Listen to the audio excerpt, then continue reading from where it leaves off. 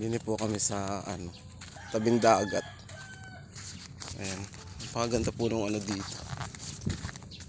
Ganda ng lugar. Napakalapit po sa dagat dito. Pero sobrang init. Pero sulit.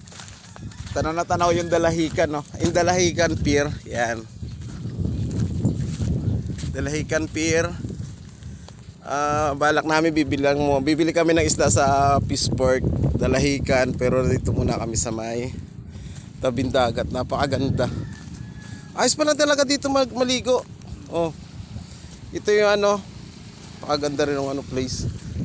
Dito tayo dadayo minsan. Ayan. Ayan ang Peaceport. Ang init. Pero sulit. Oo.